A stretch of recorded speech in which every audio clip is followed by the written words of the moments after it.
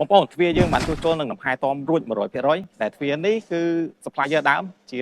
ផលិតផលនាំចូលពីប្រទេសថៃតែក្រោយពីដំឡើងរួចមានបញ្ហាទៅលើសន្លឹកទ្វារម្ចាស់ផ្ទះបានហៅក្រុមការងារកង្វ៉ាន់ PVC Curtain មកធ្វើការលំហែតមនិងជួសជុលជូនគាត់យើងអាចមើ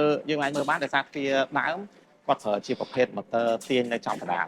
មួយទៀតប្រភេទប្រាំងរបស់គាត់នៅខាងក្រោមជើងក្រោមនោះអត់មានប្រាំងទេវាគ្រាន់តែជាដុំមួយដែលខ្ពស់ទា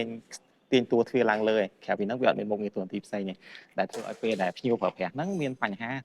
ទី1បើដាច់ខ្សែកាបគឺទ្វារហ្នឹងនឹងធ្លាក់ធ្លាក់សេរីពីលើចុះមកក្រោមតែមកហើយមួយទៀតបើសិនជាមានឡានចេញចូលទៅមកធ្លាក់មកប៉ះឡានអាចធ្វើឲ្យខូចខាតទ្រព្យសម្បត្តិរបស់ភ្ញៀវអញ្ចឹងពេលដែលយើងមកមើលយើងមិនត្រឹមតែជួសជុលធ្វើម៉េចឲ្យទ្វារហ្នឹងដំណើរការបានឡើងវិញទេយើងបានថែមជាមួយនឹង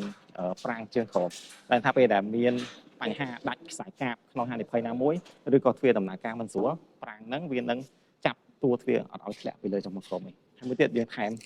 ជាពងសុវត្ថិភាពទ្វារធ្លាក់ចុះមកមានឧបសគ្គអីប៉ះនៅខាងក្រោមវានឹងបញ្ជាទ្វារឲ្យបើកឡើងលើវិញតែស្វ័យប្រវត្តិអញ្ចឹងបើសិនជាបងប្អូនមានតម្រូវការប្រើប្រាស់ទ្វារ overhead door